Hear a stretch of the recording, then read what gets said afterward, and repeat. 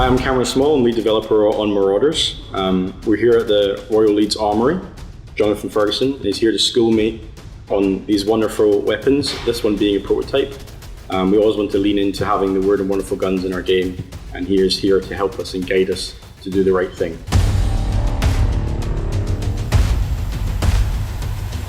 So we have here is the EM1. EM2. They're pretty similar, yeah, to be fair. And as we discussed earlier, Thorpe is kind of a mysterious gunsmith. Thorpe is EM1. Okay, that was EM1. Here we go. See, I told you he's here to tell me the right and wrongs things. There's a whole gaggle of guys involved in this. This is a much wider British programme to come up with the new small arms for the post World War II era. Literally, they're anticipating Cold War and possibly hot war with the Soviet Union. Mm-hmm. So we're stuck with bolt action rifles. We've got outdated machine gun, the old Vickers gun from pre-World War One. Yeah. So they're trying to replace everything, and this is what they were going to do for a rifle. I mean, it's outstanding. I mean, obviously this bullpup design is striking immediately, but what attracted me to this being as a design is that we have the STG-44 in the game right now, and it's the heavy damage dealer of the game, right?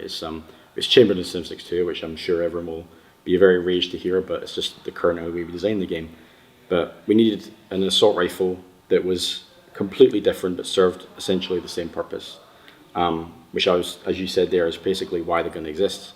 But obviously the bullpup is the thing that attracts me straight away, and we are a CQB game essentially, though, in terms of, so the bullpup design is kind of great for that. It is, yeah. Weirdly, that was not the design intent of this. It was more about trying to keep the rifle lightweight. Right. And they thought that by removing the butt stock from the rifle, chunk of wood, butt plate, and probably you've got a bit of metal there to join it onto the gun.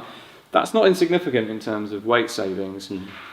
So that was their motivation. Obviously, a major upside as well is it makes it great for CQB and in a Cold War context for jumping in and out of APCs, helicopters, spaceships, exactly. So it wasn't just one thing, but the one thing they did write down was actually about saving weight. Right. And this is technically a prototype, could we say? This one's a prototype. It was actually adopted as rifle number 9.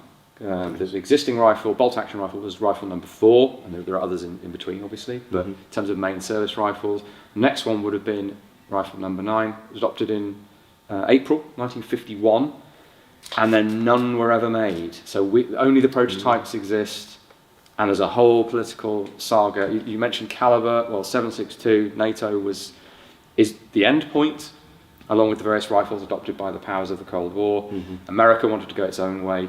Britain was still trying to flex those imperial muscles and have NATO, or what would become NATO, adopt their rifle, or our rifle, and their cartridge as well. So this was going to be 280, so smaller diameter bullet than 303, in a short cartridge. It's that Sturmgewehr concept. Low recoil, low cartridge weight, compact weapon. It's just that Britain decided we're going to do this newfangled, buttless, do something different design. I mean, yeah, I can totally feel it. Like this is a prototype weapon. It's just straight away though, the optic. So like I'm trying to struggle to acquire some sort of sight picture through this, and I've noticed it has faded over the years. I mean, it would have been clearer in 1951. It can still function. I see it. It's dropping in from the top. Yeah. There's a logic to that. Okay, love to hear it. Yeah. This ended up going nowhere, as you know, and the SA-80 was done 20 odd years later instead, revisiting a lot of the same issues. But anyway, and the SUSAT site on that, so ex-British service people watching this will know very well, comes up from the bottom. But the prototype for that site and the marksman site for the old SLR, the L1A1, was actually coming down from the top. And it's the same logic. There's actually a Colt M16 scope that does the same. It's so that big needle pointer thing isn't obscuring your Makes so much sense. target. Why isn't this widely adopted? Bring it down onto target. Now, nowadays, we always come up onto target. Okay.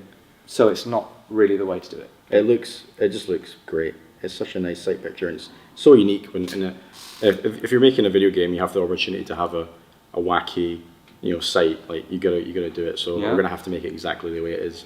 Well, thinking about attachments. Oh, Now, don't want to give you ideas, but so the original version of this had a bipod attachment on the front, like the EM1. So you could Okay. have a bipod out the front there. okay. There's a sniper version, which is a 3.5 power scope instead of, because this has no magnification, as you've just seen. It's just to replace iron sights. So limited attachment options, but historically there's at least one that would have seen service, and they moved away from the bipod, but it's not to say you couldn't put it back on if you wanted to. Interesting. You've given me some great ideas. Now, if I was to give this, weapon a name, a designation, because obviously we're an item looting based game, what would you like to see it be called? What is it number 9? I think so, yeah, because essentially you're doing alternate history, aren't you? So if this exists in numbers, it has to have been because it was actually chosen over the FAL as rifle L1A1. That's what did potentially. If it depends when it came in. If it came in prior to 1957, which logically it would have done, it would be rifle number 9. If they couldn't get their act in gear and it came in 762 NATO, post 1957, this is what would have been rifle L1A1. Okay. Ooh, I got options. Great. That's fascinating. Thank you so much for that. That's great. This is a piece of work, to say the least.